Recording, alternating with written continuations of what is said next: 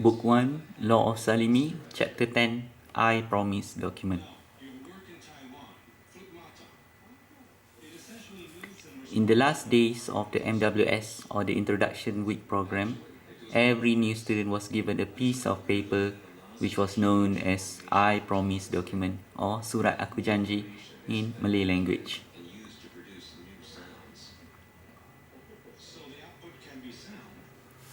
For those who are familiar with such document would automatically understand what the intention of this document was. For those who aren't, let me clarify. It is a piece of paper that wrote about a promise of what you intend to do or achieve in the duration of specific time. For the students in the MWS program, the document indicated what each student intended to strive for while studying at ITM campus Mangatal, which also included the aim. Let me restart. For those who aren't, let me clarify. It is a piece of paper that wrote about a promise of what you intend to do or achieve in the duration of a specific time.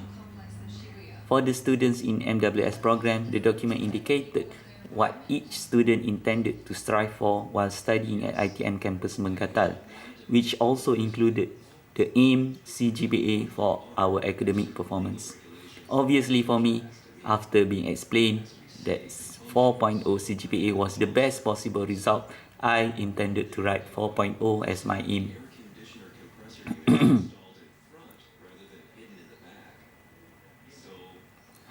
However, PMs were giving me advice that it was extremely difficult to achieve such result. They explained that even achieving anywhere above 3.5 would be considered as difficult. When I asked their current CGPA, none told me the answers. Instead, they told me to find out on my own after I began my study here. At the end, if I remembered correctly, I wrote 3.75 CGPA as my targeted academic result. Most PMs were appearing in disbelief or thought that I was simply crazy. They thought that I knew nothing about university level of education and how difficult to obtain 3.5 CGPA result. Obviously, they were right.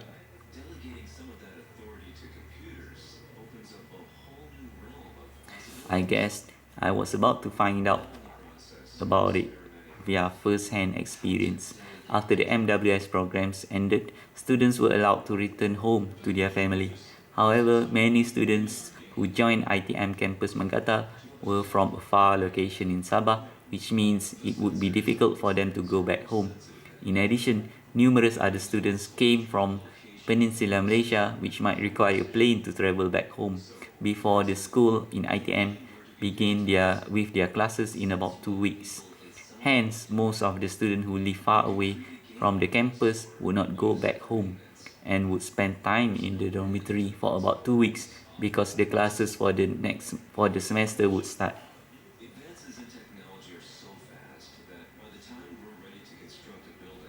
During that time, there was an announcement of a youth program organized by the government of Malaysia, which was also known as Program Rakan Muda. The program offered about 30 places for any students who was willing to participate. The youth program took place at UMS or University Malaysia Sabah apartment dormitory, which was located near Kota Kinabalu area. We were told that UMS had one of the most beautiful universities in Southeast Asia. I took this offer as a challenge that I must not pass. After packing my bag, I found myself with about 30 students who participated in the youth program for 7 days. The program teaches us numerous new skills, including martial arts, which I do not particularly like, and kayaking activities, which I really enjoyed the experience. This was my first time ever to learn about kayaking activities in my life, and I was truly excited. A part of that, we had experience to get to know numerous other participants from all over Sabah, which included a group of new teachers in the program.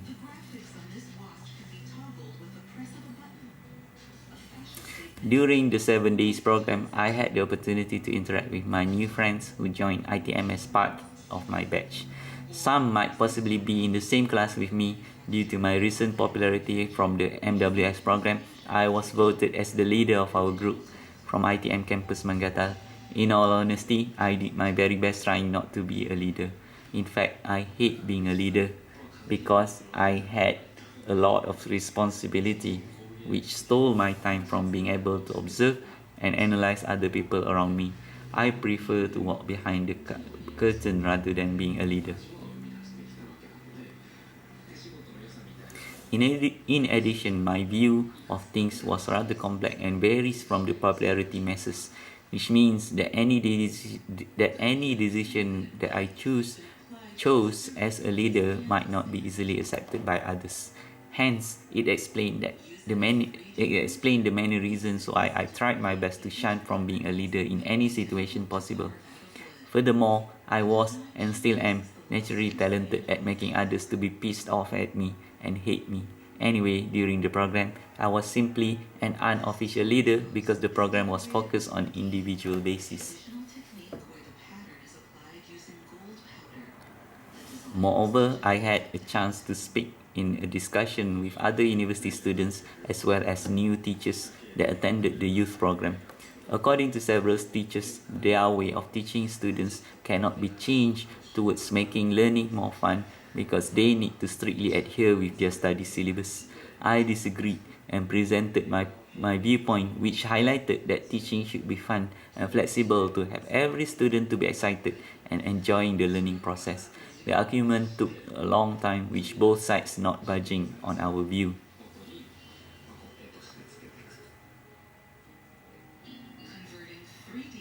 Nonetheless, one of the teachers told me that I should go into education industry, become a teacher, and show them that teaching can be made fun and exciting.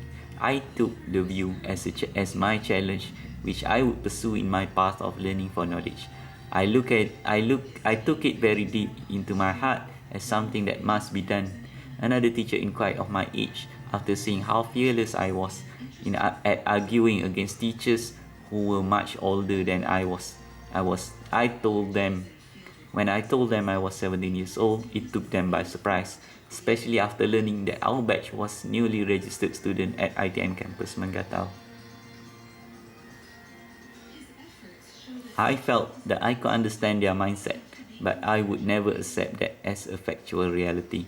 I cannot accept when teachers were telling me that teaching cannot be adjusted to be fun and exciting.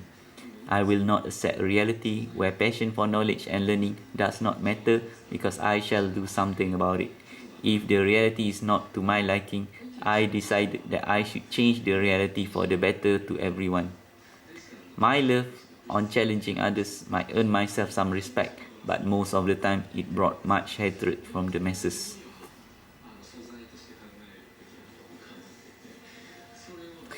During the youth program, I learned how to kayak in an open sea. We practiced at the beach area of Tanjung Aru, which was about 10 kilometers away from Kota Kinabalu. At the end of the program, every participant will enroll in the race from Tanjung Aru beach to a small, newly developed island which was known as Sand Island at that time. At present, I guess that the small patch of sand should have developed into a huge island located offshore from Tanjung Aru beach. The race required the participant to paddle the kayak in pairs of 2 to the sand island and to come back to the beach of Tanjung Aru.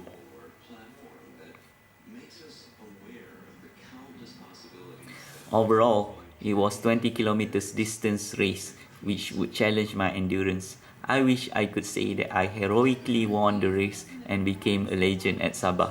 The reality was that particular race became one of the best teacher to me specifically. While everyone else raced their way to victory, I struggled managing my own energy level. I learned that I was not as good as other athletic participants and eventually left amongst the last to finish the race. Evidently, the experience exposed to me that I need to learn that in that particular station, giving up was not an option.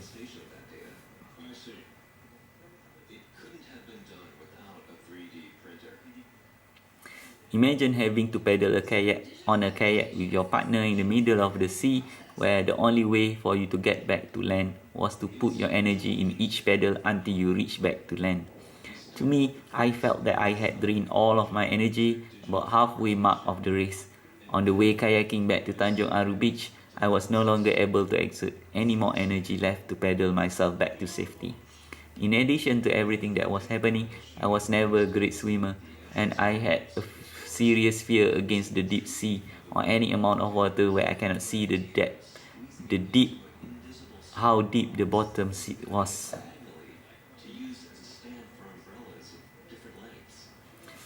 Still, I need to paddle the kayak in order to get back to land where it should be much safer.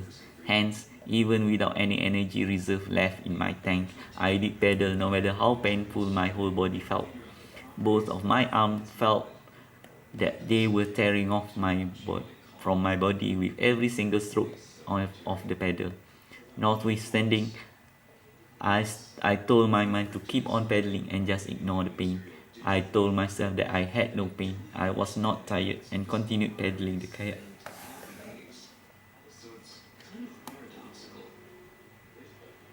Eventually, despite all the pain, despite of all the pain and suffering, I managed to keep up the momentum and kept on kayaking towards the beach, which was still kilometers away from our kayak's position. At that time, I did not realize that what was actually happening to me.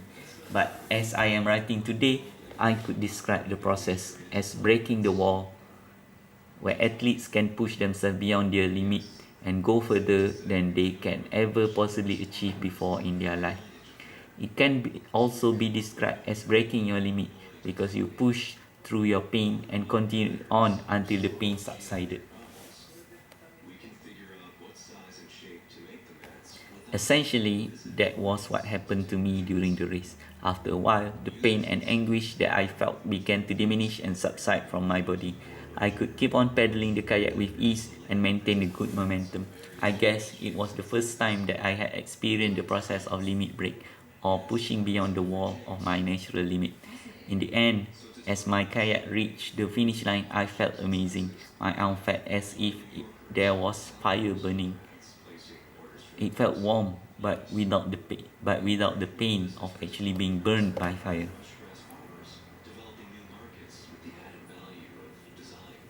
I feel as if I could go back for another 20 kilometers trip. I guess breaking limit felt felt really awesome and amazing. At that time, I began realizing that I had a lot more that I should explore in my life.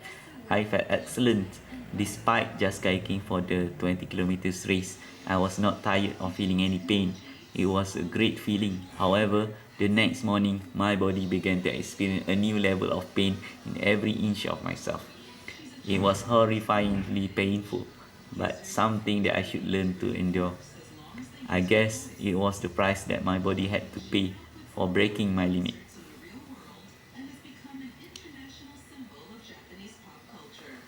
The youth program taught me a lot of new things in my life.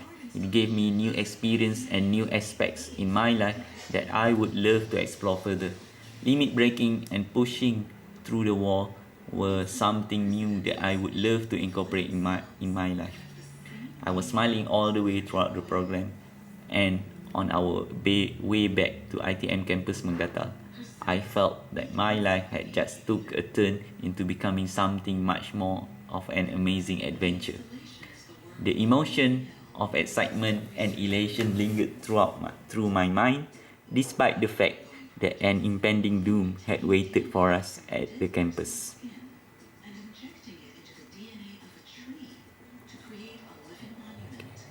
Okay, that ends the chapter for chapter 10. Hope to hear you again in the next video. Thank you very much.